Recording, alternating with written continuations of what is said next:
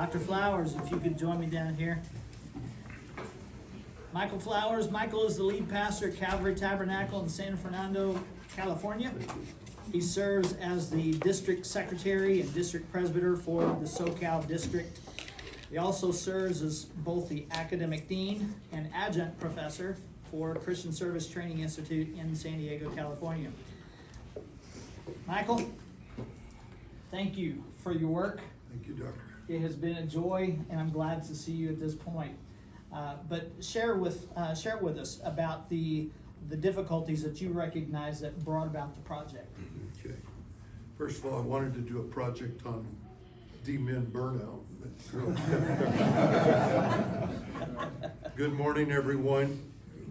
Good morning. Pastor for a little over 40 years, and understanding that the pastoral role can be a very slippery slope between shepherding, taking care of people, and maintenance. And yet Paul warned Timothy, do the work of an evangelist. And I think as pastors, as ministers, as the church, we can drift from our mission, which is evangelizing the world and telling them about Jesus. And we can get into many other areas. So mission drift is a real thing. I wanted to approach evangelism. So many projects, and in fact some that I had considered were ministry-based projects. But instead I devoted my project towards the average saint or member of a local church that wanted to evangelize. So it is spirit-led personal evangelism. I feel very deeply about spirit-led personal evangelism. The bulk of our new converts and evangelism in our local assemblies and churches are done by new converts as they come in within those first 18 months to 24 months. They still retain relationships that are non-church based. So they have a missions field, if you will. Others of us, particularly those of us engaged in ministry, our mission field is other pastors, other ministers, people in our local assemblies. And sometimes we fail to keep the mission field of people that don't know Jesus open. So that's one of those reasons. So let me go back. I found 3 core reasons why people neglect personal evangelism or fall away from it after 24 months. Number 1, there is still a lingering deep fear of rejection. Many people that come to church, their lives are so radically transformed that their close friends go other directions, or sometimes their family members disown them. We've had several members of our local assembly that have literally been disowned by their family. That builds in a deep fear of rejection. We've got to find a way to overcome that. Number 2, many feel that sharing the gospel is advanced. It requires a theological training that they simply don't have, forgetting how simple it is simply to tell somebody about Jesus. And then 3rd, and I think this is a pervasive and a growing problem in Christianity, they feel like evangelism is something that's done by people with a unique calling or special unique training, and they don't recognize that the best evangelism is the most simple person without evangelism. All you need to know is you need to know Jesus and tell somebody else about Jesus. That's all you need to know. So I wanted to direct their attention that the best evangelism is not a program. It's not a church-based structure. It is led by the Spirit. And so my model for that, if I can go there, my biblical theological framework and model was threefold. First of all, in the book of Genesis, the very first question that we find God ever asking humans was, where are you? And God has never quit asking the question, where are you? To provoke people to ask, well, where am I? Where's God? How do we become separate? Then, of course, we go to the Jesus model. His whole ministry was a model on evangelism, but specifically the woman at the well, where Jesus tells his disciples, I must go to Samaria. There's a driving to Samaria, that I must go there. and overcome cultural barriers, overcome social barriers.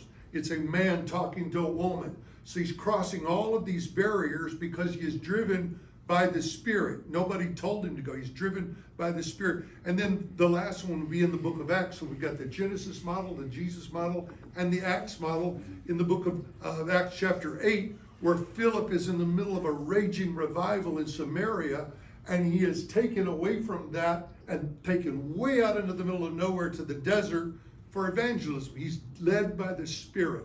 So I contend that the best evangelism is Spirit-led evangelism. God is working right now on people in my community that may not look like God's working on them.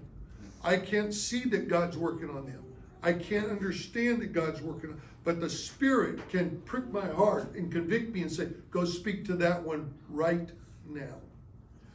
I don't know if I put it in my project or not, but I was driving to my favorite Starbucks one day, and the Spirit spoke to me and said, go get a haircut. I'm like, I don't need a haircut. And then it said, go get a haircut in that sports clip. I don't get my hair cut at Sports Clip. Sorry. I got a little bit too much pride for that. I need to work on that. But I obeyed. I went in there, and this little short girl came out to cut my hair, and she said, Ma, you're tall. Yeah, you're short, you know, that kind of thing. We sat in the chair, and she put the apron on my neck, and she said, sir, why are you here today? And I said, I'm here because the Spirit told me to come here. And she began to weep. She shook. She had to lay her clippers down. She said, how did you know? I still don't know.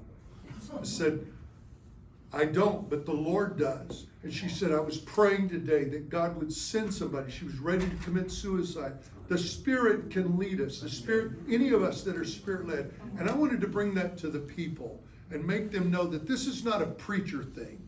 This is not a trained organ. This is anything that anybody filled can be led by the Spirit that they are filled with. Yes. So very much a need to convey to grassroots people that this is our role together. Yes. It's not a specialization. So, but that was the problem. That's the theology. What did you do to actually address it? How did you meet the people with it? I studied and read many scholars and how they addressed the problem. What I did is I created a 5-week campaign. It was a campaign. It was intended to be 4 weeks of training on subjects of evangelism. So I had sessions covering the mission of Jesus, making it real, the role of the Holy Spirit in evangelism, and then how to engage in Spirit-led encounters, what to do when you feel the Spirit leading you.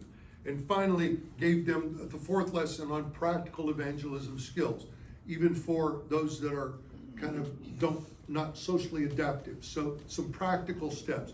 Gave them 4 weeks of very easy. Again, I wasn't speaking to ministers, I was speaking to my local congregation. We had good attendance, but I wanted to make it easy for them to understand. And so I gave them 4 lessons, and then we topped it off with a 5th week, which was we had a special Sunday, which was called a sending service or a commissioning service, based on the sending of the 12 into the harvest, and later replication of that, the sending of the 70 in the harvest. So we sent our congregation into the harvest. That's what we did. And how was it received? And what was the impact of their participation with it? One of the other things of my methodology was I had a pre-test assessment followed up by 5 weeks later, or I think it was 6 weeks later, a post-test assessment. There, just some of the numbers here. The congregation went from 36% of the congregants that were actively spreading the gospel to 6 weeks later, 73.3% were now daily sharing the gospel. A huge jump, because they had the confidence to do it. In spirit aware, those who were engaging or found that it was easy for them to speak, jumped from 26% to 71% that found it now easy to talk about it. In spirit awareness, or awareness as the Spirit is helping us, it went from 50% to 86.7% after they became aware I'm not a lone ranger, the Spirit is leading me, He's guiding me. And then their confidence went from 13.35% before the series to 70% at the end of the 5 weeks. So we removed some of those barriers, and so the participation in Spirit-led evangelism just went through the moon. We had, during the 5 weeks, it began to show produce. We had 10 conversions during the 5 weeks, new Bible studies oriented, multiple, I lost count, I couldn't track all of the specialized prayer needs. We had 2 water baptisms during those 5 weeks, and then I had one participant who's in the Army who went through the 5-week program with me online and was led by the Spirit to witness to a homeless man who told him he was going to commit suicide the next morning. He was down and out, couldn't walk. They wound up, and he sent me video and picture, Pastor, here. He's in Maryland, baptizing this guy as a direct result of this program. So it worked. That was the results. Fun results, wouldn't you say? Fun results. Yeah. And they're still going on. That's just it. Again, we begin this morning by saying the doctorate ministry program, it's not about a degree, it's about intense discipleship of our leaders. And what you have heard is you have heard how God had instructed, directed, and impacted them to address issues that through the discernment of the Spirit they were seeing within their own context, and to methodically, strategically, in partnership with the Spirit, address those issues. And we have seen absolutely miraculous things take place, not just in your project, but in 15 different projects. Again, I wish you could visit the ones on the other room, the other 7 as well. But Michael, Dr. Flowers, well done. Thank you, well sir. done.